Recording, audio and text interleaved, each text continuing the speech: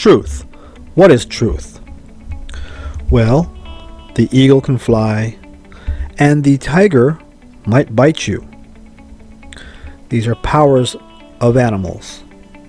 The power of the human is collaboration, thinking together in a group. But when there are lies and or mistakes, that can cause serious problems for us. Now, lies happen because some people believe that the ends justify the means. But in my experience, there are no ends. There are only means. Now, wouldn't it be really good if we were no longer fooled by lies or no longer fooled by mistakes?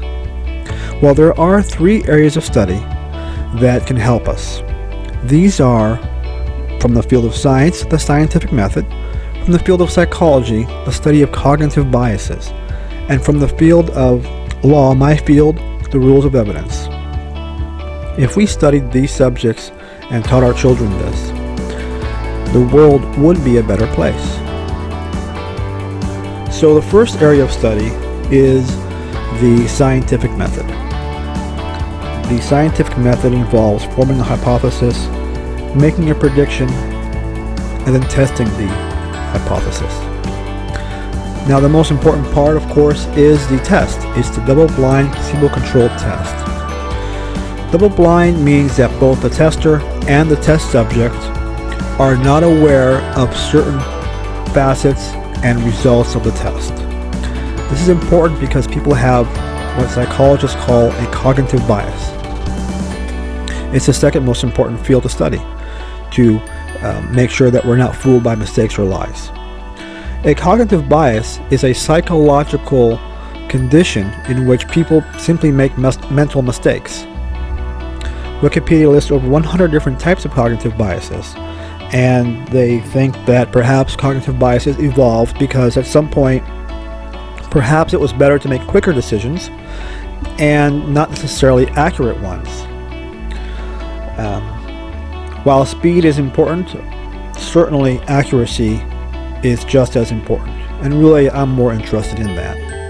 One of the cognitive biases is confirmation bias.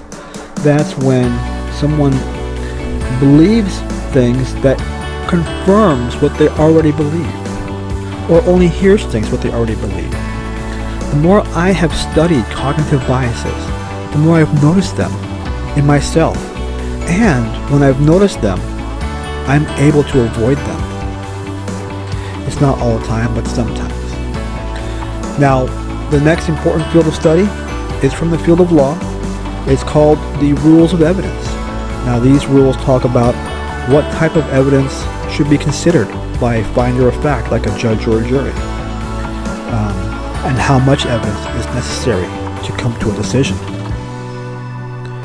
So, these are important because you want to make sure that you're filtering out evidence that might distract you, so that you're good jurors or good judges. These rules have been adopted throughout jurisdictions in the world, and they talk about hearsay, authentication, and relevance, among other factors.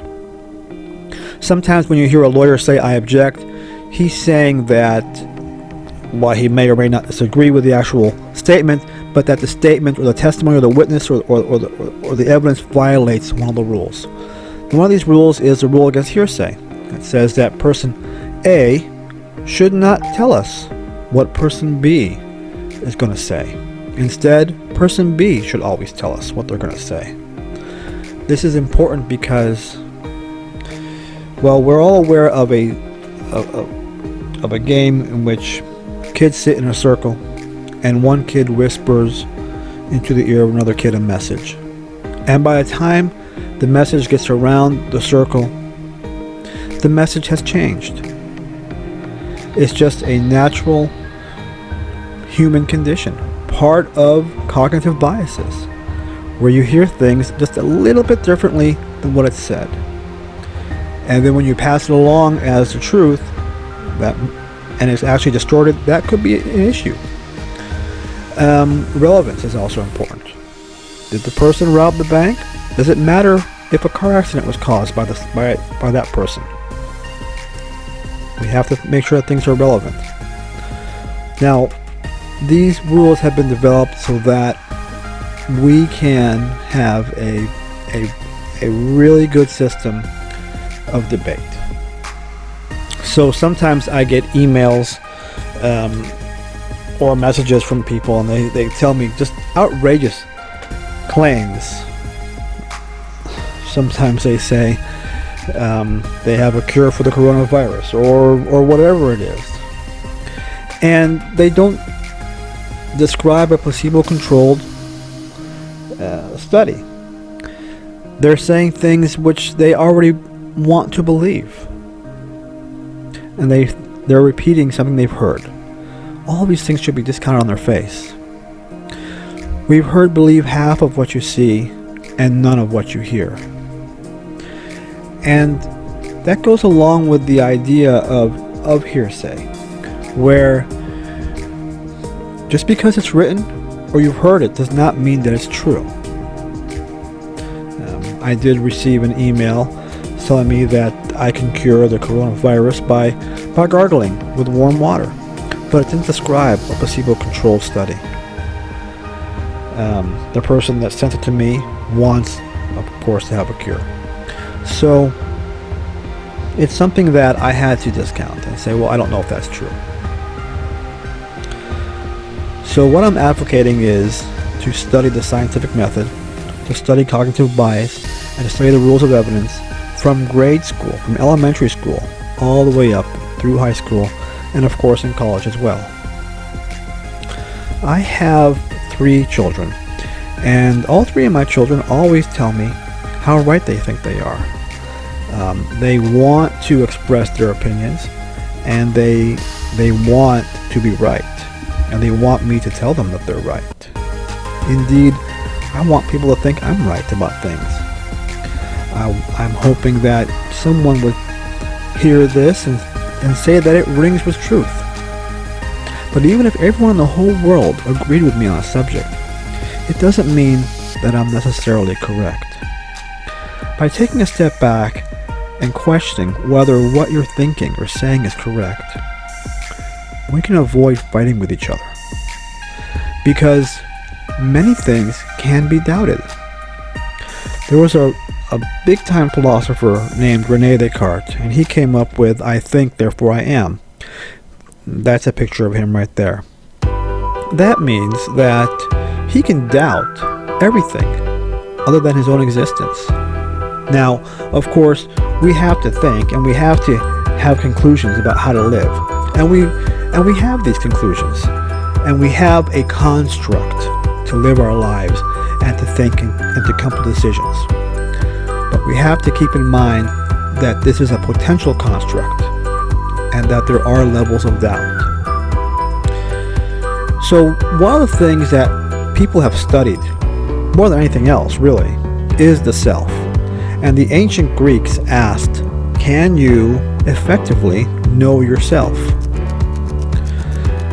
All of the fields of science, whether they're neuroscience, genetics, biology, medicine, sociology, etc., they all deal with knowing the self. And no one has had a perfect understanding of any of these fields, let alone all of them, to actually know the self. Now, if we're still wondering and not sure about the self, how sure can we be of other things that are outside of the self? Like religion and politics, for example.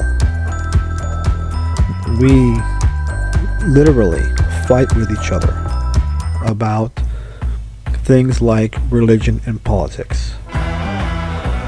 Both of these subjects are subjects that we're just not sure about. And I can tell you for sure that we're not, because we're not sure about what it is to be the self, what it is to be a human. What are we exactly? We're still studying these things. Certainly, some wars and some fights, whether it's with countries or with your spouse, can be avoided and should be avoided. If you take a step back and ask, well, how sure am I about anything? Now, I'm not saying don't make decisions or don't take positions, but don't be so adamant about your position. Every field of study we've had, like medicine, like anything, has changed over the course of years. Will we be the first generation to say that we're just not sure and we shouldn't fight over it? Let's just continue to study it. Only that way can we have peace. Everything should start off as being false until it's proven to be true. The important thing is for us to study the scientific method, cognitive bias, and rules of evidence. And then I think we'll have a much easier time finding the truth.